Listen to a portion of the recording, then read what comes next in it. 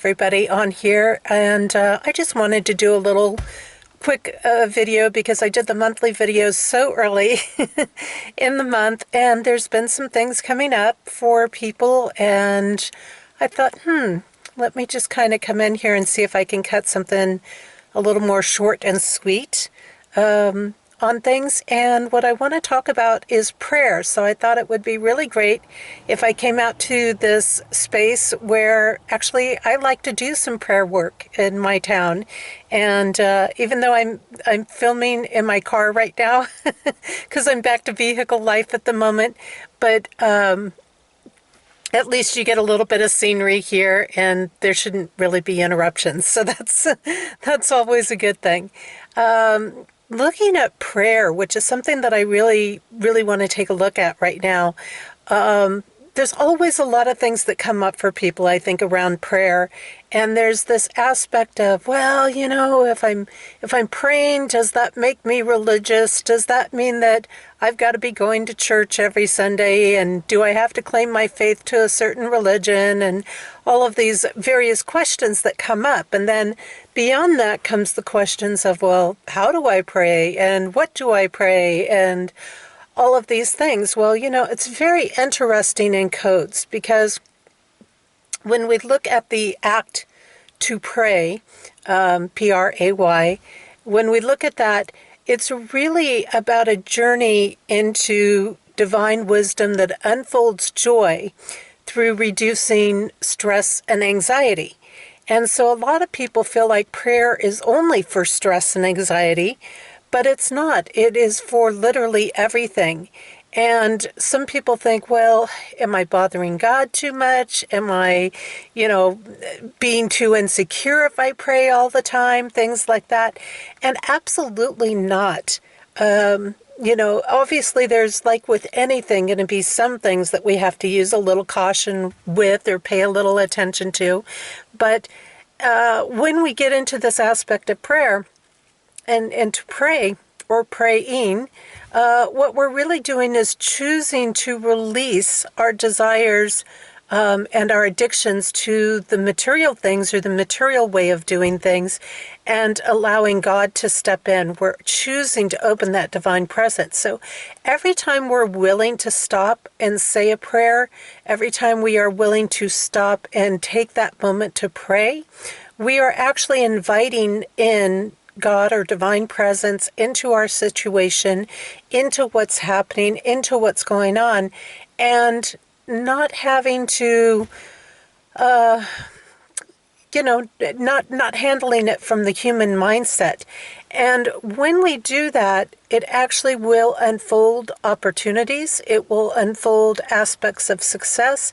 It will guide us and direct us. So even if we're not having something specific that we have to pray to. And again, I realize everybody has their thoughts, their beliefs, their ideas about what prayer should be like, what it should do, how it should be done, all of that. I get it. And certainly there are people, if you've got specific religious beliefs, you may have a certain way that you want to pray if you are in that specific religion. But that doesn't mean that everybody has to do it exactly the way that you do it in there. And even if you're not religious, prayer is an amazing thing. It really generates and opens up that creative energy to help us see things that we wouldn't ordinarily see. It helps us to embrace and to care. And it's really about caring about what we're doing, what is happening, what is going on, and upholding integrity in things. What's very interesting in a lot of the movements that are out there today is I hear a lot of people saying, I'm going to pray against this. I'm going to pray against that. I'm going to pray against those people. And prayer is really not about praying against anything or anyone. It's about praying for. And this is a very big difference, to pray against or to pray for. And when we pray against others, we pray against ourselves. And we actually create a separation from God, from divine source energy. And that is never going to work in our favor. That's really not where prayer is about. I mean, if you have any guidelines, that might be one of them, I would say. And again, you don't have to belong to a religion. You don't have to have a specific faith in order to pray. When you pray, I mean, you want to have a sincere heart. You want to come from love. You want to be open. You want to be open because, when you do that, you're calling, you're asking for God, for divine source to enter into the situation and to help you find a solution, to provide a solution, to perhaps sometimes create healing. This is another thing. A lot of people get very hung up in specifics, and I do very much understand the reason to be clear in our prayers, to be specific with it. It's kind of like wishes in that sense that, be careful what you wish for. Well, sometimes you have to be careful what you pray for too. And really with prayer, I feel that, for me anyways, it's not about deciding what the outcome should be. That should be up to God. That should be up to divine source. That should be left in the hands of divine will. And that's my opinion on it. Maybe people have other opinions. That's fine. They're welcome to have their opinions in there. But when we get down to this, we have to be a little bit careful. I think what happens today, and part of what really gets people to kind of almost reject prayer or reject people that say, I'm going to pray for you, because there is an aspect of arrogance a lot of times in that. Now, there's a lot of people, they say it and they're sincere and they have a good heart and that they are doing the right thing, so to say. They're really coming from a pure intention in there, and they just want to hope that your situation becomes blessed or you get what you need or things like that. And here's what it comes down to. Again, we don't want to be the one making the judgment about somebody or what they need in there. And this is what happens a lot of times, because this phrase is getting thrown around so much. Oh, I'm going to pray for you, dear. I'm going to pray for you. Because they're judging somebody as being evil. They're deeming them as evil. They're deeming them as, I know better than you, and you're on the wrong course. Therefore, you need to be prayed for. And there are aspects, and there are several religions that believe in that. They believe that they know better, and yet they're not willing to look at their own judgments. I've seen this many times where people say, well, I'm going to pray for you, and it's actually really more of a sarcasm. It's really, again, it's more the spiritual arrogance coming through, more of this component of, I know what's better, you don't know what you're talking about, you've lost your way, blah, blah, blah, blah, blah, that type of thing. And this is where, again, a lot of people start to reject. They throw up the walls, when they see that, and then it leads them to oftentimes even move away from God, because they're like, oh, I don't want that person praying for me. I don't want that energy coming through. And so we have to be a little bit careful, I think, in all of this. And when we get into the prayer, again, very much we can leave it open. What we want to do is to come in, and sometimes I think almost going generalized can be better, because again, we're leaving it up to God's will, what God sees as best in the situation, and trusting that God knows what needs to be. Because sometimes we think, oh, I'm going to pray for something or to have something removed because I don't like it, because I don't like the challenge, but it may still be part of God's will. And our human mind may want to deem it as evil, when in reality it's not evil. It's a lesson that we need to go through. It's something that we need to learn or to explore or to understand, or that's developing a gift or a quality or something in us. And so, sometimes that's where prayer isn't answered, because we're focusing on desires as opposed to needs. We're focusing on things that we want. And again, there's nothing wrong with wanting a few things, as long as we're not going into these heavy materialistic excesses, which again work against God and divine energy in there. So when we get down to this aspect of prayer, we can,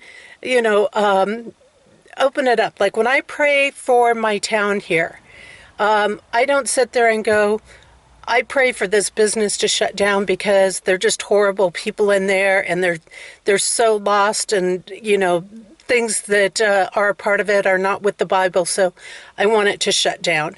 That is not my call to make. That is God's call to make. That is not my judgment. There can be so many more things there than what I might be seeing, and that's what we want to keep in mind. Instead, I pray for that energy to be transformed. I don't say this person's an evil person. I say transform any hate into love. I pray that we can shift from aspects of being focused on addictions to being focused on love and compassion. I pray for the love and the compassion to open up and to be able to release any hate. So this now covers wherever that resides. And then I have to be open enough to see what changes from that, what happens from that. Because again, people that I might think are hateful people might not be. They might be very kind, generous people. They just might see things a little different than me. And so even when we get down to the biblical context, again, if we're praying against somebody or something, we are creating resistance. We are removing the divine components, the God components in it. We are creating the separation. So that's actually like blocking what we're trying to do. And again, God has got it all handled. We just need to invite God into it and consciously ask to have that. Now, sometimes people say, I don't know what to pray for. Like, I have this weird situation, I'm challenged, whatever. I don't know what to pray for. Well, then just pray to understand. Pray for strength. Again, we can't pray too much, because every time we pray, we open up divine presence, we open up God, we open up divine source energy into our world, and that's never going to hurt our world. So you can't pray too much. You're not a nuisance. You're not doing it. Matter of fact, the more time we do spend in prayer, the more time we do spend in communication with God or divine source, then the more that we are opening up flow, the more that we are opening up possibility, the more that we are opening to divine will. And if we really understand the way God works, then we know that there is nothing greater than divine will. We understand that that love is so powerful, that God's will in something is so amazing that it is the absolute best for anything at any place at any time. So that's also another standby, is I just pray for God's will in this. So again, you can say, I pray for love, I pray for compassion, I pray for people to be understanding, I pray for strength, and it can just be that simple. Matter of fact, in a lot of the recommendations for prayer, they'll say, keep it simple. Keep it simple. You can have a conversation with God, but you can also keep it simple in there.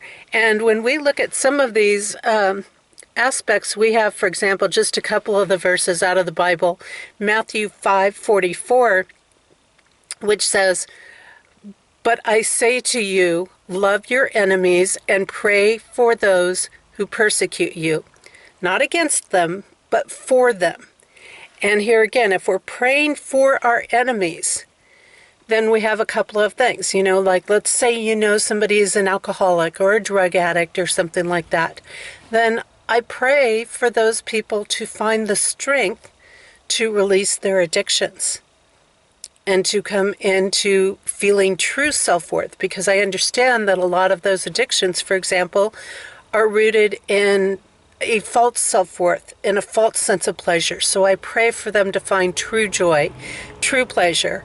And I know that those are going to be pure senses in there, pure opportunities. And I also know that when they experience the real joy, the real love, the real compassion in the world, that they won't be choosing the addictions. So I don't have to pray against them. And then we have 1 Timothy 2:8, and it says, I desire then that in every place the men should pray, lifting holy hands without anger or quarreling. And this is such a great reminder in our times. We don't have to be in these battles. If we would invite divine presence into things, if we would invite God into things, we could alleviate a lot of these battles without bloodshed. We don't need to be in anger with each other. We don't need to quarrel with each other. We do need to spend probably a lot more time in prayer, honestly, with this. So I hope that this opens some things up. And again, this praying from a sincere heart, for someone, for something. And I think that is the big key in things. We can just turn it over as simple as that. So again, thinking about pray for and not against. We do not need to pray against anything. We simply need to invite God into the situation. We simply need to open up and say, I pray for healing here. I pray for restoration. I pray for the strength to do the things that I need to do to keep going. I pray for those whose hearts are hardened and cold and absent from divine presence, divine source, God, to bring that back into their hearts. Because I know the benefits of that. But again, I'd leave it with that openness so that God can do God's work. And that's where a lot of it comes from. And I know there's people out there and they think, yeah, but it seems like my prayers never get answered. I pray and pray and pray and my prayers are not answered. Well, I can't say that that's ever truly true. We may not get things the way we think that they should happen. We may not get what our desire is in something, but our prayers are always answered. And that's where we, again, have to be a little bit open to say things and to be receptive to what actually comes from the prayers that we make, and to be open to how things show themselves. So when we start to consider that, and if we're open to things and we realize, well, why isn't certain things clearing out of my life? Why isn't my financial situation better? Why isn't this? Why isn't that? Well, that's probably because there's something in there that we need to get or learn or understand or break through, or there's, a variety of reasons why something may not come through the way we want it to, when we want it to. There's always going to be reasons, and I find a lot of times that if something isn't coming through, it's because I'm being protected in some way.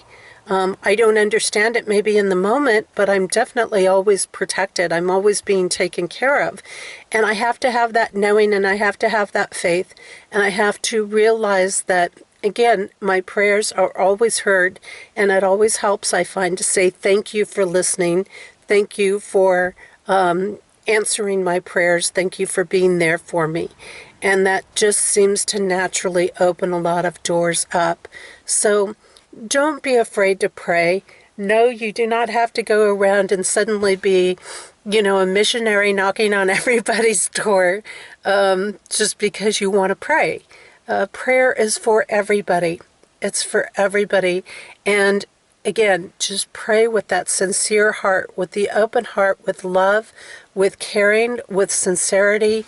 And if you are doing that, then you are certain to see things happen. And again, we can just never, ever invite too much God or divine presence or divine source into our world and into our life and into things that are happening, because we're never going to hurt somebody by asking for them to be loved, to know love, to have health in their life, to have a joyous heart. And again, we don't want to dictate exactly how that looks, because we're each a little bit different. We each have our different ways of expressing things. But just bringing those certain things forward and asking for those things naturally releases what a lot of people would deem as evil or negative or bad or whatever you want to say, it automatically will release it. So if I pray for somebody to have love, the hate will automatically be released. So I hope that helps you guys out. Thanks for listening. Like, share, all the good stuff. Check out my website, compassioncodes.com. Check out the work. I'm working on the 2025 book right now. Working away, hoping to have it ready to go in August sometime. And hang in there. Thanks for taking the time to listen in today, and I'll see you next month.